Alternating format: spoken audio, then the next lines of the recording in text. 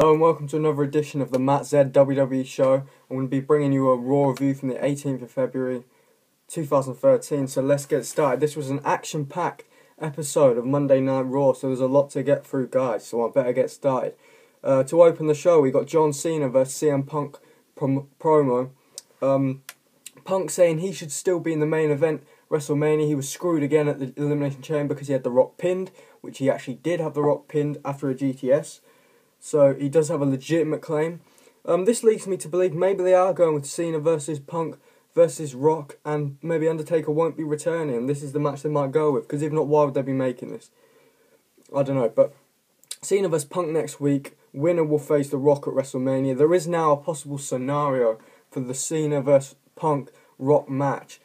Basically, what they can do is they can have a double count, they can have a double disqualification, you know, one of those funny endings, and that will give Cena and Punk legitimate claims to being able to face The Rock at WrestleMania, which will make it a triple threat match. So they can go with that if they want to now. That option is on the table. We thought it was cancelled after last night, after CM Punk lost to The Rock at Elimination Chamber, but it turns out it still might be happening, guys. We then got Sheamus Ryback promo in which Jericho, because they start sort of fighting, and Jericho comes in and said they need to unite to fight the Shield tonight. And that match is announced by Vicky Guerrero via a tweet, and that match happens later in the night. So we got Sheamus, Ryback, Jericho later in the night after this promo.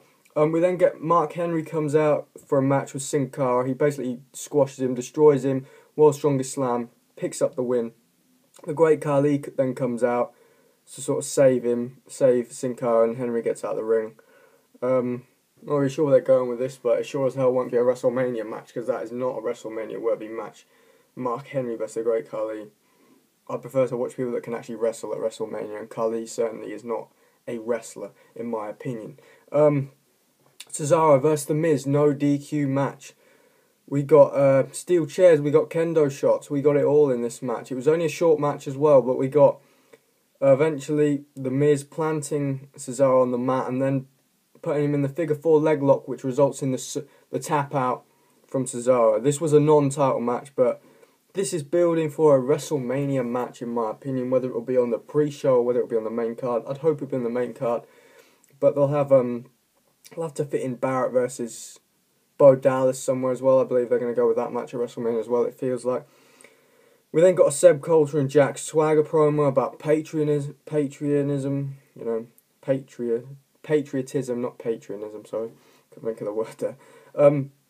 We then got Del Rio versus Dolph Ziggler, in which Del Rio beats Ziggler. Ziggler is taking so many losses for a guy that's got money in the bank briefcase. Then Big E attacks Del Rio, and we think he looks at the briefcase, it looks like he's going to cash in, but then Ricardo Rodriguez picks the briefcase up, runs out with it, he drops it on the ramp, AJ goes to get it, gives it to Dolph, but by that time Del Rio's up and he kicks Dolph, so the cash in doesn't happen. We then got Brodus, Tensai, Naomi beating Primo, Epico and Rosa Mendes. This new team of Brodus and Tensai, if anything else, they might not be the best technically gifted team in the world, but they are fun to watch, I'll say. That's the way I'd describe them. It was a funny match, it was a good match, it was, you know, it wasn't the best technical wrestling match in the world, but it finished with like a double splash. I think it was Epico in the middle, or Primo, I can't remember now, but I think it was Epico, and Brodus and Tensai splash him both from each side. That's gotta hurt, guys. That would be about £1,000 landing on you. We then got a Jack Swagger promo with Seb Coulter again about patriotism. I don't even know what is the word. I know I've already said that, so I don't know what the word is, but I think it's patriotism.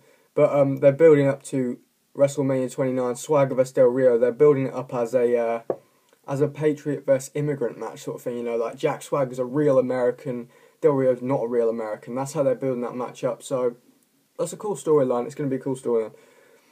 We then get Swagger vs Daniel Bryan, in which Swagger beats him with the Patriot Lock.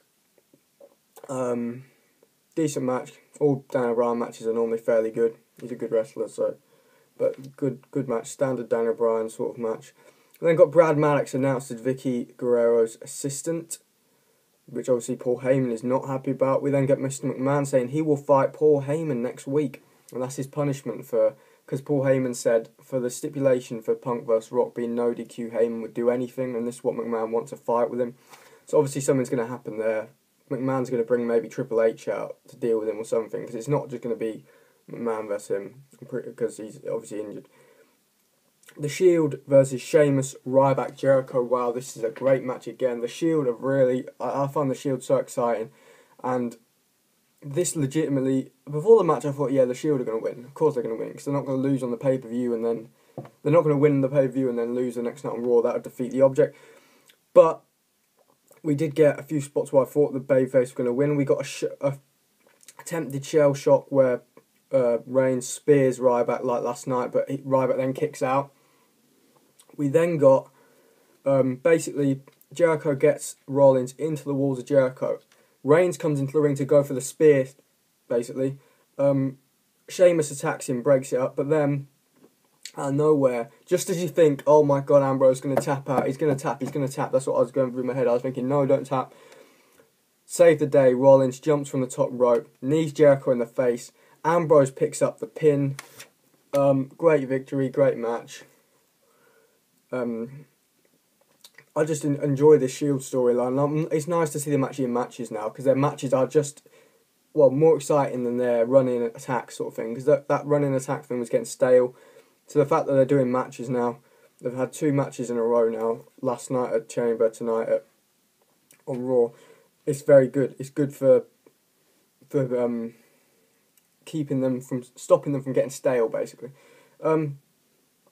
We then got R-Truth returning to attack Damien Sandow in a promo with Kofi. He's in a promo with Kofi Kingston. R-Truth comes out.